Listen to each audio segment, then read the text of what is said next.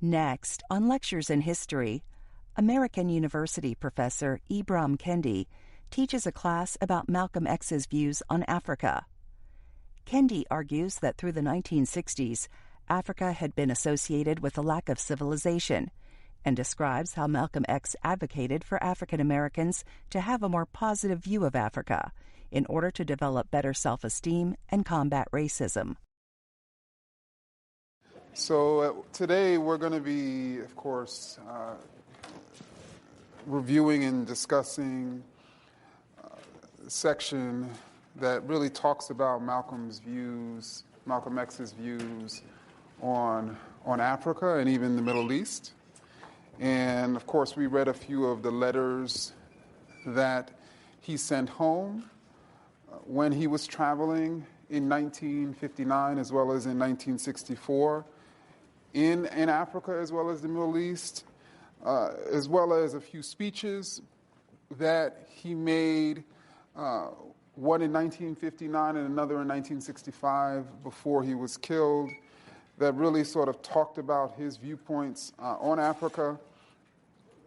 And then also a very critical interview that he gave when he attended the Organization of African Unity conference in late July of 1964, in which he sort of discussed his strategy and the reason why he came to that conference and was appealing to these African heads of state.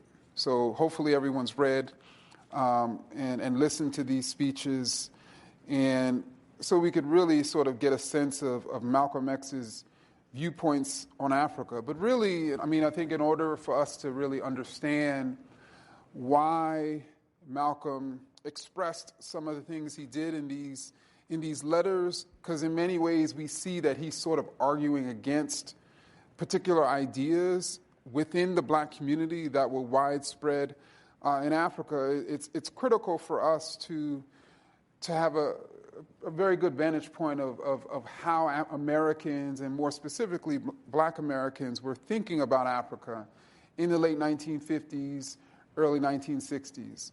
But before we talk about that, in many ways, when I think about my own life and even my existence itself, it's deeply tied to Africa. Some of you open your eyes like, what are you talking about? So my father and mother,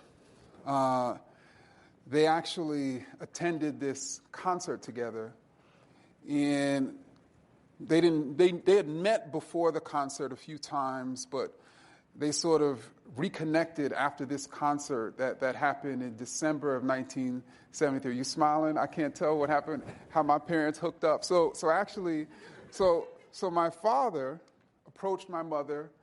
They talked after the conference. My father got the digits, and he called my mother a few days later to really ask her out. And my mother stated that she had been called to the mission field. She actually was leaving to go to Liberia in a few months, and basically told him that, we can talk, but if we get close before I leave, because it was still a few months away, I'm still going to go to Africa. And they both were sort of part of this Black Power movement. I think I spoke about this earlier in class, and more specifically, the Black theology movement. More specifically, this notion that sort of God was black and Christianity itself should be this sort of tool of liberation. And really every sector of the Black Power movement, and really black theologians were sort of one sector, were connecting to Africa. In the case of those who were inspired by black theology, many of them were returning to Africa as missionaries, but in a way a different type of missionary than many sort of Europeans of previous generations. So she told him, I'm going to Africa, and she ended up going. And they got close before she left, so they managed to stay in touch during the 9 months that she was in Liberia. She actually taught at this school in this rural sort of village outside of Monrovia, which is the capital of Liberia, and she was there for 9 months. And And so I grew up, as you would imagine, hearing about these stories. She just loved to talk about Liberia. But I simultaneously grew up, as a result of her, hearing very fond and positive things about Africa. And I didn't realize until later in my life that in many ways I was lucky, because many sons and daughters had not been born to people who traveled to Africa or who had a fond perspective of Africa, even in the 1980s and 1990s. And certainly that was the case in the late 1950s, when in the early 1960s, when Malcolm was speaking out and speaking for Africa. And just to sort of give us a sense of just how much African Americans knew so little about Africa, or when they did know, their thoughts were negative. Anybody heard of W.B. Du Bois? Like, yeah, of course. So W.B. Du Bois, 3 years after publishing his landmark book, The Souls of Black Folk, which he published in 1903, he helped invite this Columbia University anthropologist by the name of Franz Boas, who came to Atlanta University, where he was teaching. Du Bois was teaching at Atlanta University at the time, and he gave the commencement address. And at this commencement address, Franz Boas recounted the glorious history of African kingdoms below the Sahara Desert for upwards of 1,000 years before the slave trade. And he talked about these classical pre-colonial African kingdoms like Ghana, Mali, and Songhai. And Du Bois later wrote in one of his books, quote, "I was too astonished to speak." He talked about Boas as suddenly awaking him from the paralysis of the commonly held judgment taught to me in high school in two of the world's great universities that Africa had no history. Those two great universities were Harvard University, where he earned his bachelor's and PhD, and the University of Berlin, which in the early 1900s was the preeminent university in the Western world. And so he, quite possibly the greatest and most educated African American in the country, had no clue about Africa's history. And so for him, he viewed Africa like African Americans generally viewed Africa, as this sort of place of barbarism, this place of where civilization was never really known. And he also wrote in his reflection that I came then and afterwards to realize how the silence and neglect of science can let truth utterly disappear. So essentially that truth about Africa. And so then he took it upon himself. And really from that point forward, he started to write more and more and speak more and more about Africa. But unfortunately, by 1912, Du Bois was battling a novel that was first sort of published in this periodical named All Stories Magazine, written by Edgar Rice Burroughs. Anybody know what novel I'm talking about?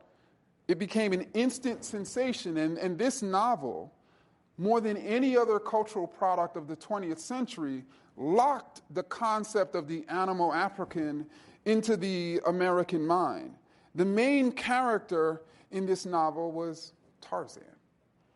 And so the plot was this infant of white parents is abandoned in Central Africa and is raised by this sort of ape named Kayla and this tribe of apes. And John Clayton is then named Tarzan, meaning white skin in apes language.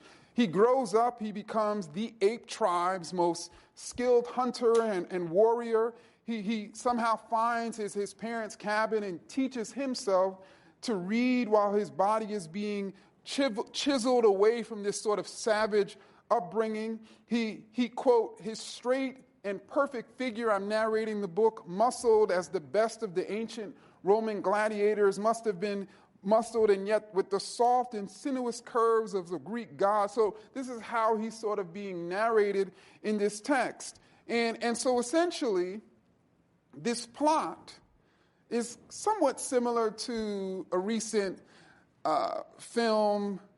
The name of it is escaping me, with the blue people. Avatar. It's basically the same plot. He becomes the greatest of the warriors, right? He becomes the greatest of this sort of ape tribe. And so really he's relating to the apes, but then he also comes across and has to relate to who else? Africans. And so it's basically Tarzan, apes, and Africans. And of course, Tarzan becomes the superior warrior and becomes the most superior sort of being in that sort of area. And of course, Tarzan inspired, this novel inspired comic strips, merchandise, 27 sequels, and 45 motion pictures, the first occurring in 1918. And I don't know if there's a more famous fictional character in the 20th century than Tarzan, and there's quite possibly no more racist plot than the plot that Burroughs wrote up and continued to write up until his death in 1950. And just to give you a sense of how salient and pervasive Tarzan was, because for many Americans, Tarzan was Africa. They were witnessing and viewing Africa and understanding and learning Africa through Tarzan, to the point in which in 1966 at Howard University, students there elected the first black woman homecoming queen with natural hair. It was like the start of Black Power at Howard and as well as around the country. And so it led to this massive student march around campus. And what the students chanted was, Ngawa Black Power. Ngawa Black Power. What was Ngawa? Ngawa was the way in which Tarzan related and communicated to animals and black people in that movie. So when people thought of how even words that Africans used, or people thought of how to communicate with Africans, they thought of Tarzan. So really, this is what sort of, this was the world, the nation, the community of ideas that really raised Malcolm, and that Malcolm was facing in the late 1950s when he started challenging many of these ideas. And we should know that in many ways, Malcolm was lucky too, because his parents were raised in what movement? Who were they following? Marcus Garvey, right? And so Marcus Garvey in the 19-teens and in the 1920s talked fondly about Africa and about African people worldwide and about Africa for the Africans. But for many Americans, for many African Americans, of course, they weren't raised to think of Africa as this equal place with the rest of the world. They were raised to think of the dark continent where enlightenment had never existed. A continent that was impoverished because of the poverty, the behavioral and the cultural poverty of the people.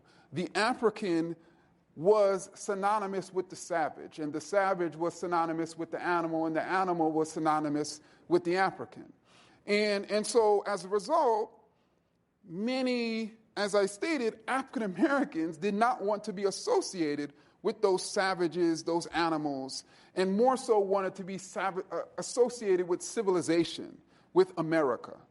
And so for Malcolm, as we sort of read about in our text, he was quite happy in 1959 when he received the assignment from Elijah Muhammad to travel to the Middle East and even to Africa on behalf of Elijah Muhammad. So Elijah was asked to come to Egypt by the president of Egypt at the time, and Elijah Muhammad decided to send his emissary instead to sort of pave the way for for Elijah. So that was really Malcolm's, even though he grew up having been taught about the beauties and the glories of Africa and its history, this was his first trip to Africa and even to the Middle East. And being someone who identified as Muslim, he, of course, was excited to visit a Muslim nation in Egypt.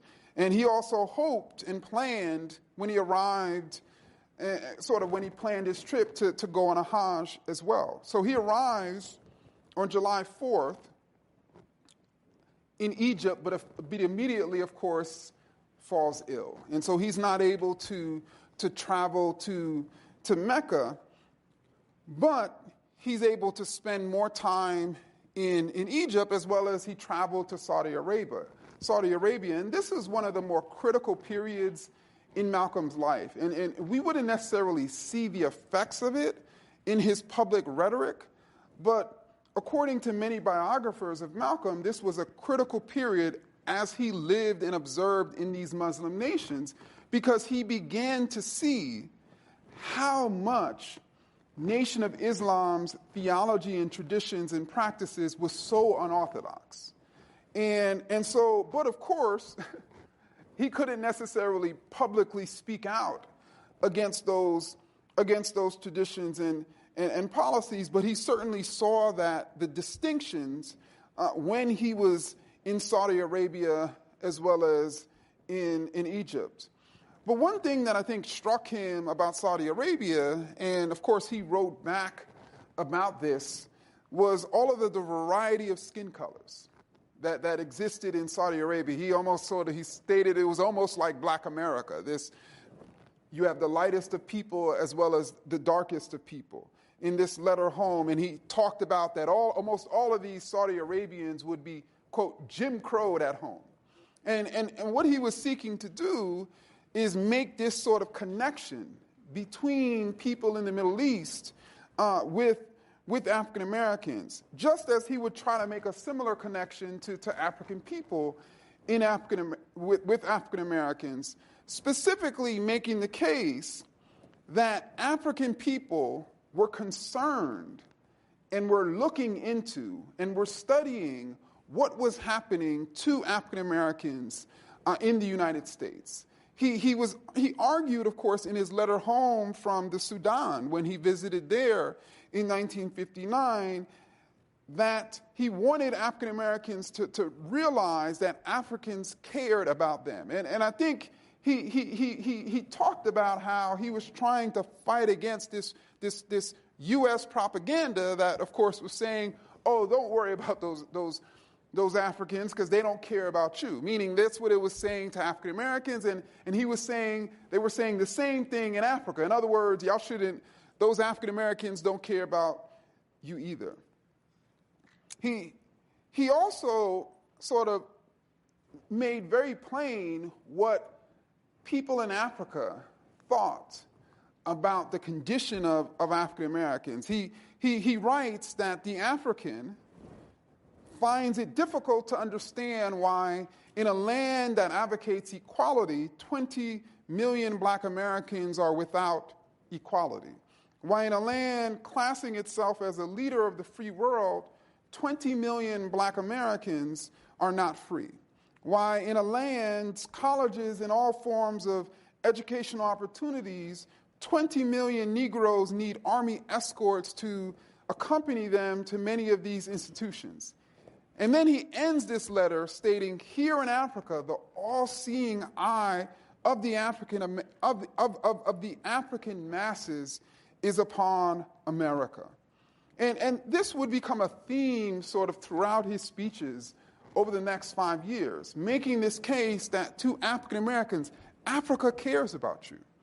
And because, as I stated, he was both trying to sort of build this sense of Afro-Asian solidarity while also trying to sort of rebuild what was known as Pan-Africanism.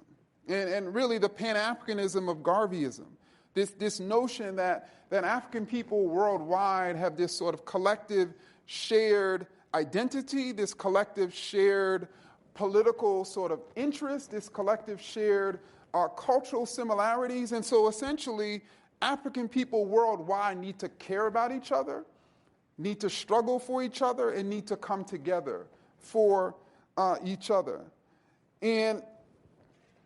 But at the same time, I think the Pan-African unity came much easier for him in 1959 than Afro-Asian solidarity.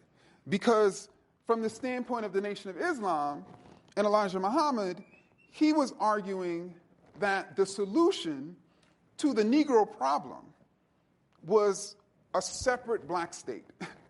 So he essentially wanted complete separation of black people from everybody, not just white people, but all non-black people. And so I think, so Malcolm, of course, had the struggle that certainly caused Malcolm to sort of emphasize more so the Pan-African unity than the Afro-Asian unity in those letters. He also, of course, we also listened to this speech that he gave in 1959 for African Liberation Day. And so, the Nation of Islam was not the only groups or organization in the United States that was advocating Pan-African ideas. There were many groups that were doing so, specifically in New York City. And Malcolm, of course, was connected to many of these groups. And so he was invited, as well as Elijah Muhammad, to come and speak at this African Liberation Day. And yet again, in this speech, as in his letters home from Africa, he continuously tried to sort of emphasize the unity of African people. And one of the ways he did this is he sounded very similar in 1964 as he did in 1959 when he would talk about the enemy, the European enemy of every single African state. So your European enemy is French. Who's the European enemy of this country, of that country, is the British, is the Portuguese, is the Dutch. And what do they have all in common? They're all from Europe. And what do we have all in common? We're all from Africa. And he would make this case that they're working together to oppress us, speaking to black people, so why aren't we not working together? And so he asked in that speech, how could so few white people rule so many black people? How could Europe, which of course from a land standpoint is much smaller than Africa. Africa is 3 times the size of the United States, let alone Europe. How could such a small landmass, such a smaller group of people rule such a massive continent, such a massive group of people? Well, according to him, the disunity of those people. And so, of course, he wanted to emphasize, to really encourage people of African descent around the world to come together, arguing again and again that quote, we have a common enemy. And that common enemy is those colonial masters in Europe. I should also add, as I think we've talked about previously in previous classes, that this was a critical sort of period in the history of Africa, right? Because what was going on in Africa? What was going on in Africa in 1959? 1960, yes. Decolonization all over the continent, right? And of course, these decolonization movements were inspiring African Americans and were, of course, inspiring people of African descent around the world. But he didn't want people to just become inspired. He wanted people to become connected. He wanted this to become a global struggle against white supremacy. And he felt it was critical to emphasize that unity in order to make that global struggle happen. Of course, Malcolm's probably his most critical sort of trip throughout his life is when he went back to Africa and the Middle East in 1964. And this was after, of course, he left the Nation of Islam, or pushed out of the Nation of Islam. And he, in 1964, would go on 2 extended trips to Africa. The first, of course, left on April 13th, 1964, and on this trip he would travel throughout the Middle East and Africa, traveling to Egypt, Lebanon, Saudi Arabia, Nigeria, Ghana, Morocco, and Algeria. But of course, what was the most critical aspect of this trip? What city, what town was most important to Malcolm's development? Yes, Mecca, without question, right? And of course, as we've talked about in previous classes, being raised in Nation of Islam theology, he was raised to think that white people were fundamentally evil. And in many ways, his own experiences, his own life experiences with white people reinforced that. So when he was told that while he was in prison, by his brothers and sisters who had converted to the nation, it didn't surprise him. It actually clicked for him because according to him, it made sense in terms of the way he had been treated, in terms of the way his parents had been treated. Of course, he's the son of a father who most likely was lynched.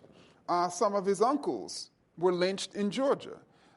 He, of course, experienced and watched his own family broken up and not supported by Michigan authorities. He saw his mother, instead of being supported by other people because she had so many children to take care of on her own after her husband was assassinated, he saw her thrown into what? An insane asylum, right? And then, of course, the way in which he was treated in high school when he spoke about being a lawyer, apparently, and his teacher said, that's not the type of job for a Negro. You should think about being a carpenter. Or when he felt he was being a mascot, in other times, or even when he started robbing houses in Boston. And as part of his robbery crew, he had 2 white women. And of course, he felt when he was arrested and found out that these 2 white women were assisting him, he felt he got a much harsher sentence because of his affiliation with these women. So, of course, up to that point, Malcolm's life, he had experienced so many negative things at the hands of white people. But it wasn't until he went to Mecca and he, for the first time, had not just positive experiences, but he was in a space where there were people of all different colors, hair textures. There was tremendous amounts of diversity in Mecca when he visited, racial diversity, but he simultaneously saw all of these people were essentially doing the same thing. They were all engaged in the same rituals. They were all, according to him, treating each other as if they were brothers. He writes in his first letter home, in which he has to tell people back home, you may be shocked that I may say this, but he says there were tens of thousands of pilgrims from all over the world. They were of all colors, from blue-eyed blondes to black-skinned Africans, but all participating in the same ritual, displaying a spirit of unity and brotherhood that my experiences in America had led me to believe could never exist between the white and non-white. But what's interesting about this first letter home, and really his first trip, was what did he assign as the cause of essentially witnessing this anti-racist sort of space and behavior among white people and even non-white people? What did he consider to be the fundamental cause of what he was experiencing? Yes? They're all what? Yeah, so They were all Muslim. So what did he think was really causing it? Yeah, Islam. And so he didn't just sort of write about the unity and the brotherhood, as he called it, and these experiences. And he also stated, you know what could be the cure for racism in America?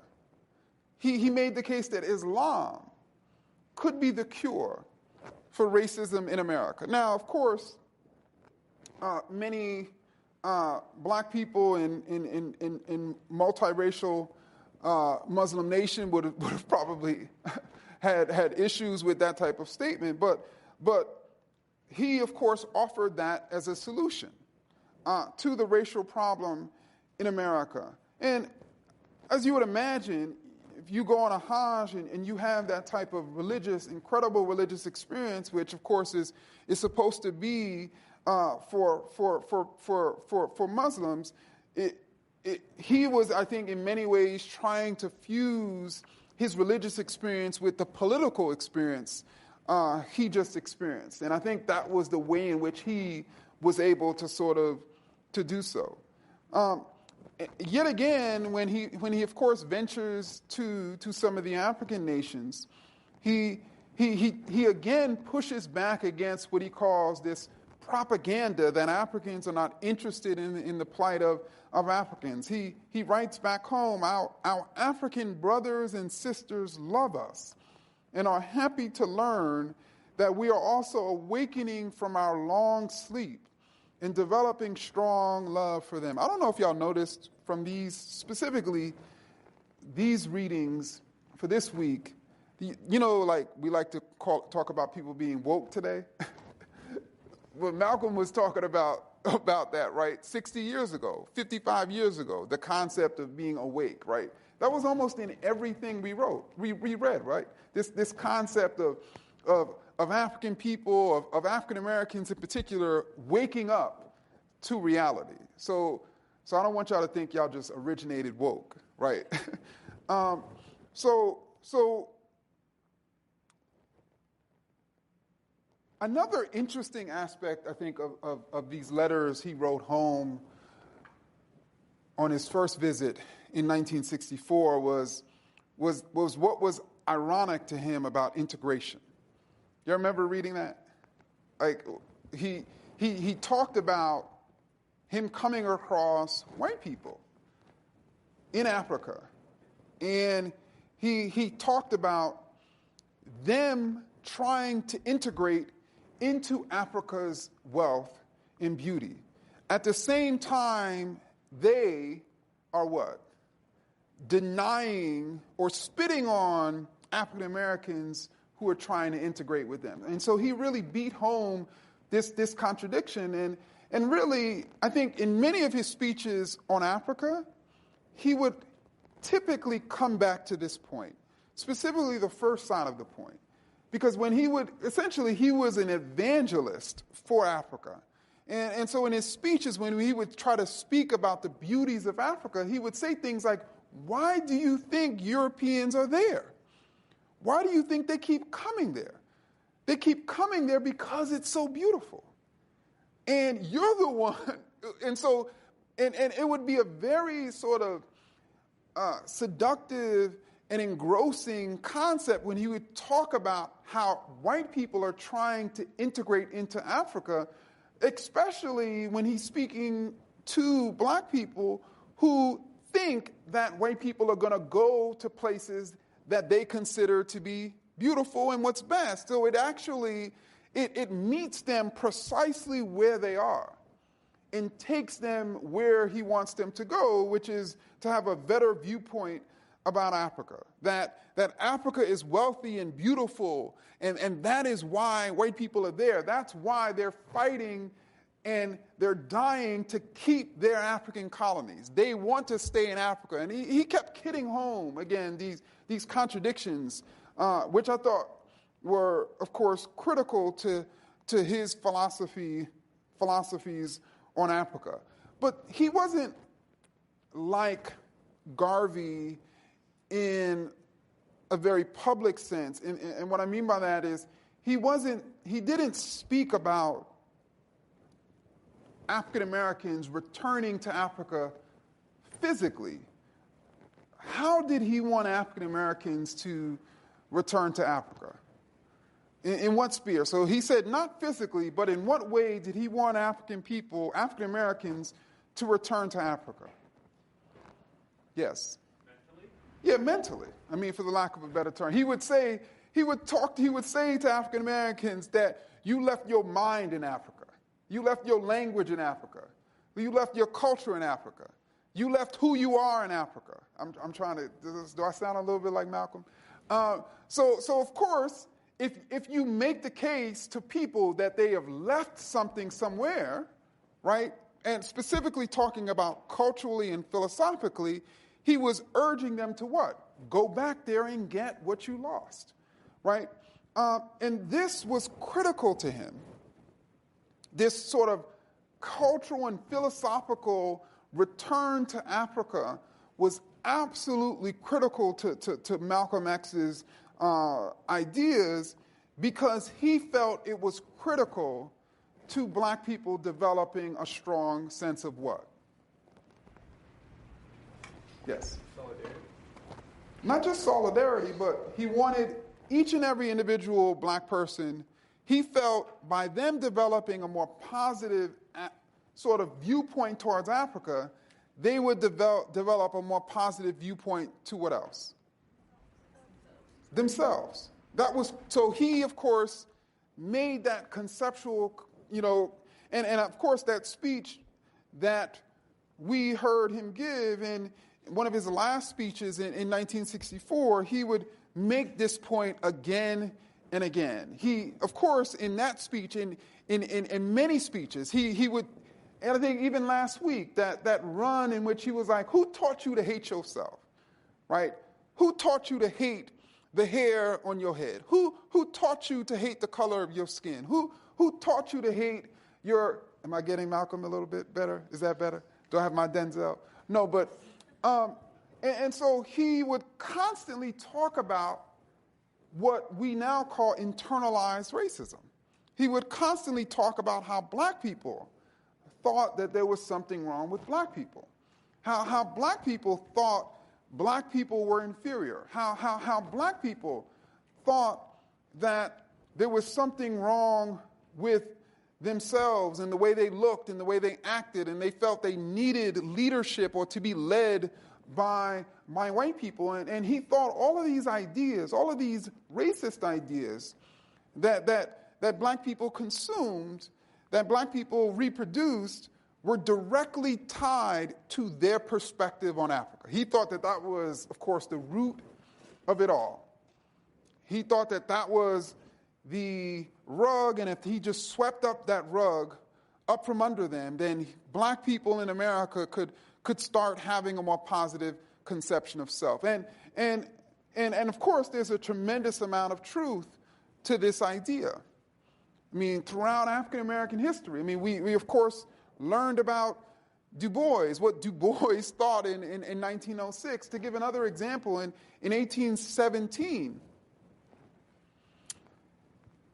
there was this group called the American Colonization Society that had just been formed. And this group was presided over by some of the most powerful people in the United States. Henry Clay, Bushrod Washington, George Washington's relative, a series of other major political figures. And basically what this group was seeking to do, the American Colonization Society, was essentially to take free blacks and return them to Africa. That was essentially their mission. And it was the American Colonization Society that was critical in the founding of Liberia, where, of course, my mother would go 150 years later. And of course, in the early 1820s, a few hundred African Americans were sort of sent to Liberia. So what the American Colonization Society hoped was that they could essentially get rid of the Negro problem, because the Negro problem was the free black person, not the black person, but the black person that was free. So it was this sort of coalition between those slave owners who felt that free blacks posed a threat to enslaved Africans, and to sort of reformers who felt that if they gradually ended slavery, they could also gradually get rid of those freed blacks from slavery. And so black people got word of this, particularly the very powerful black community in Philadelphia. And they got together at this famed church in 1817 to decide whether African Americans would support the American Colonization Society's efforts to send basically freed blacks back to Africa. And they resolved against the American Colonization Society. They felt that they were deeply tied to the struggle, the abolitionist struggle, and they felt that they just couldn't leave the free enslaved black people here by themselves. They classified them as their brethren. But what they also said in their resolution is, we don't want to go back to the savage wilds of Africa. And so even within this sort of progressive, for the lack of a better term, community of black people who was opposing the American Colonization Society in 1817, they were also reinforcing ideas about this savage, dark, backward Africa. And of course, that would continue through Du Bois in 1903, and of course, he would move away from that in the later part of his life, but many African Americans certainly did not. And generally speaking, even when I actually ventured to Africa, I first visited Ghana, man, I don't want to tell you what year because I'm going to date myself. And I never forget people asking the silliest questions. I remember one person asked me, so were you able to go shopping? Like, do they have malls in Africa? And, some of the most basic questions. Do people wear clothes? All different types of questions, about Africa. And this was in the 21st century, right? So imagine what people were thinking back then. And certainly, so Malcolm X, of course, excuse me. So of course, Malcolm X thought it was critical, it was absolutely critical to reformulate African American ideas of Africa because he felt it would reformulate African Americans' ideas of themselves. And so, of course, in that speech, he speaks of all of the different ways in which black people hate themselves and all of the different ways in which black people hate Africa, and of course made that connection. And he stated, and I quote, "In hating Africa, we ended up hating ourselves and not really realizing it, because you can't hate the roots of a tree and not hate the tree. You can't hate your origin and not hate yourself." And he said he would make this case that white people knew that. And according to him, that's why they were feeding this sort of negative propaganda about Africa, because according to him, it would cause black people to hate their African identity, to hate their African heritage, to certainly hate calling themselves African, and hate their skin color. He also would make this case, which is even still which was a radical idea then, and even is a radical idea today. He would make this case that African Americans, or this, what do we call it, the so-called Negro, was more African than American. And so he even wanted people to connect themselves to Africa through how they identified themselves as African. And of course, that furthered Pan-Africanism, because if you had people of African descent around the world all identifying as African, then it certainly would further that sort of Pan-African unity that he felt was necessary to challenge global white supremacy. But what was also interesting is he would make the case that African Americans are more African than they are American because they have never tasted the fruits of Americanism, right? And he went on this sort of long run about just because you're at the what? At the table doesn't mean you're what? Doesn't mean you're dining, right? Just because you're in America doesn't mean you're an American, right? And he would constantly make that analogy, and I'm sure you've heard people make that analogy since then, right? Do they quote Malcolm X when they say that? No, they don't, right?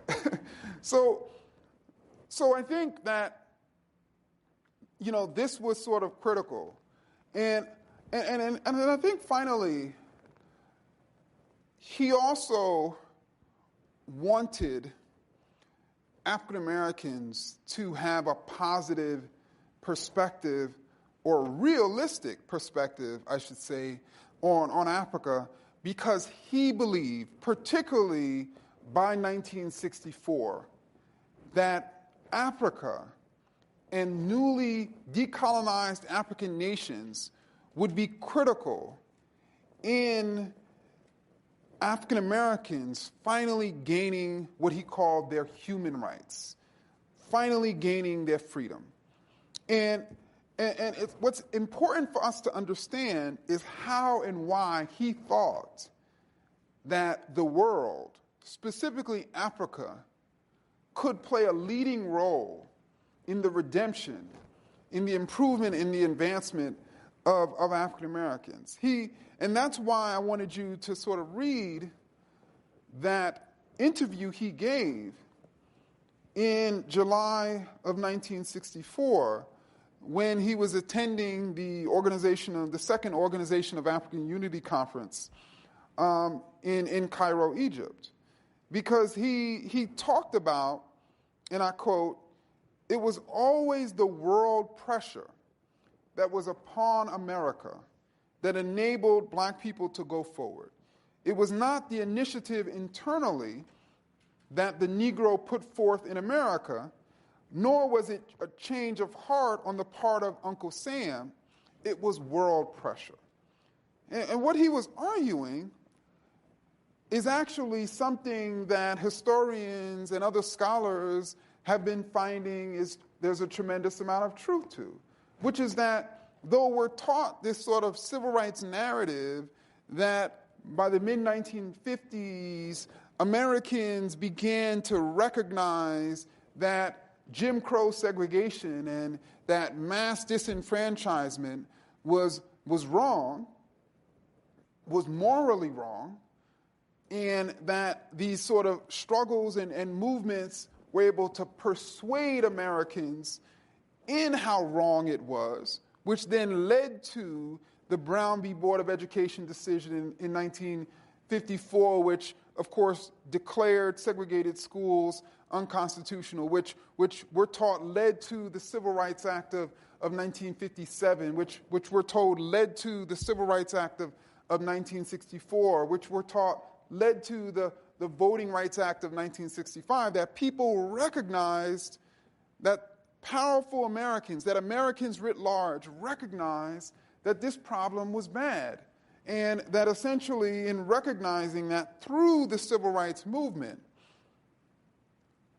America decided to fix it. That America has always essentially been moving forward through this sort of moral compass towards greater equality and freedom. And as a result, that period was precisely that history sort of moving forward. Well, Malcolm gave a different explanation. He stated it had nothing to do with Americans realizing anything and everything to do with world pressure. What did he mean when he said world pressure? What was he talking about? What was he talking about? Yes. In general, international criticism, money, funding for pushing others, civil rights organizations. So people, outside forces trying to, change things inside. Yeah, and so specifically, yes. I would say like Cold War and like different aspects of communism and the idea of democracy when it's not being, basically just when democracy wasn't really being applied to everyone. Sure, you were going to say something? I was going to bring up how we talked a lot about Hitler and Germany and kind of compared America to that setting.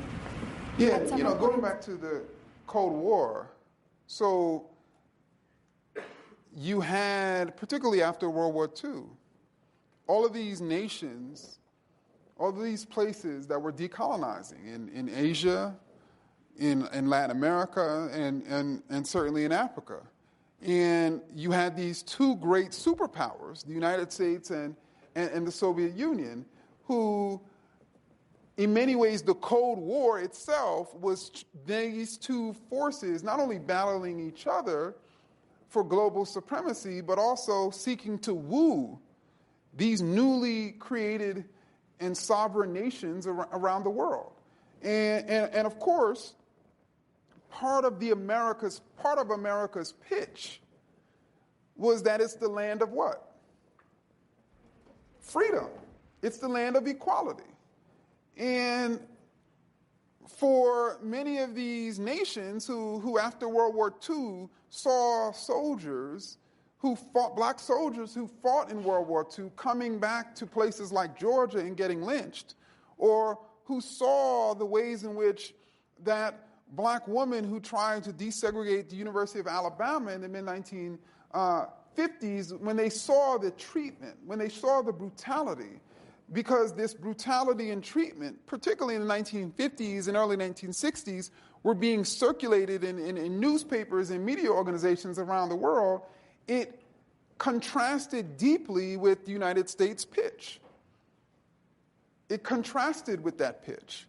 And so according to Malcolm and according to later historians, the United States recognized that in order to be able to truly woo and attract the markets and resources and relationships that would be born of creating sort of alliances away from the Soviet Union with these newly independent nations would be to correct this serious sort of problem at home.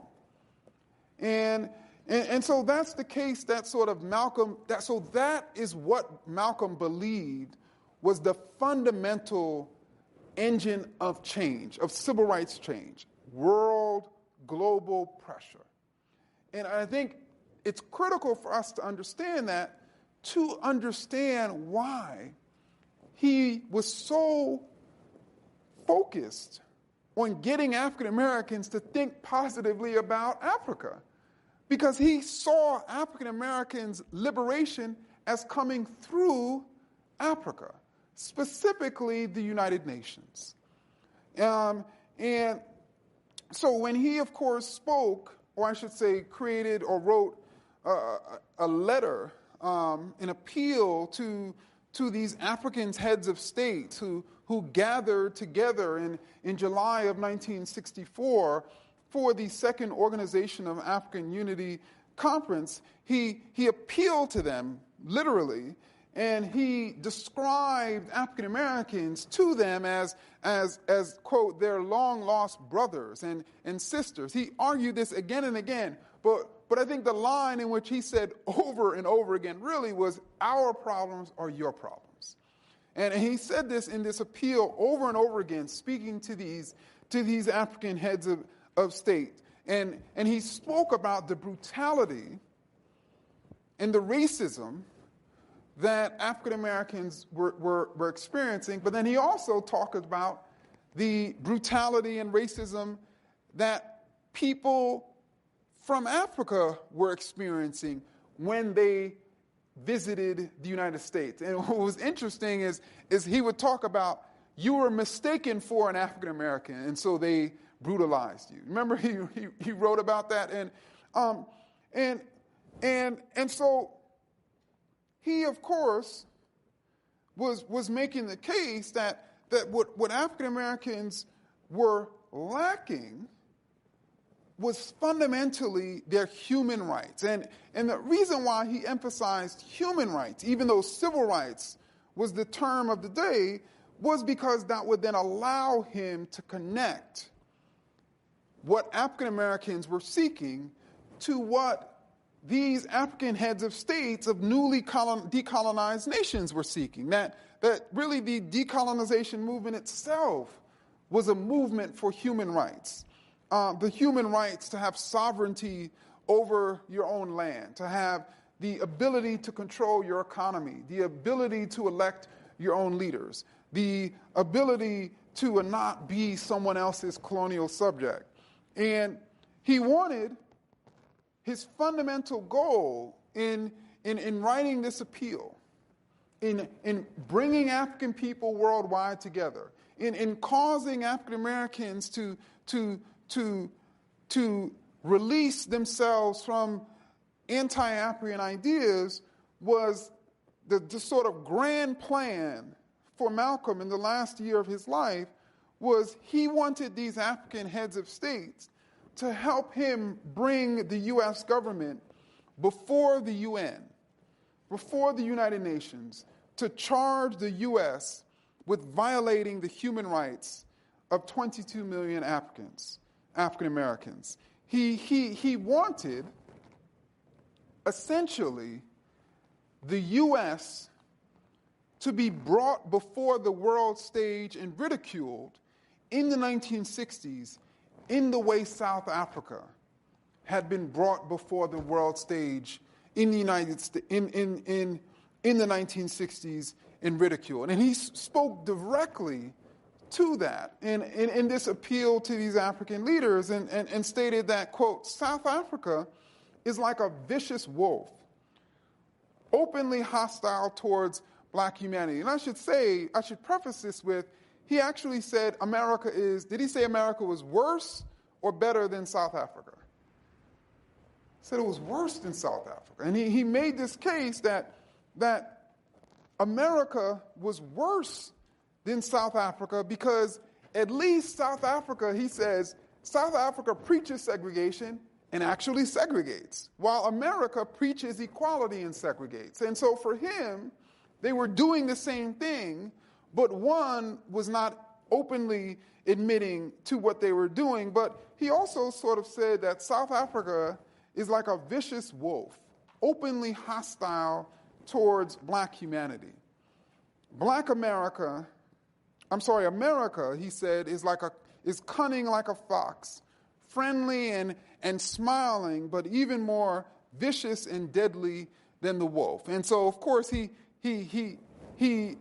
framed South Africa as this vicious wolf and America as this cunning fox. And the reason why this is interesting is because it's a nice segue to what we're going to talk about next time, right? His views on the liberal versus the conservative, right? And he would, of course, make this case that both the liberal and the conservative are enemies of African Americans, but they're certainly different. And he would, of course, classify the conservative as the vicious wolf and the liberal as the cunning fox. But I don't want to give that away. We'll talk about that next time. Thank you. Y'all have a good evening, and I'll see you next week. You can watch Lectures in History every weekend on American History TV.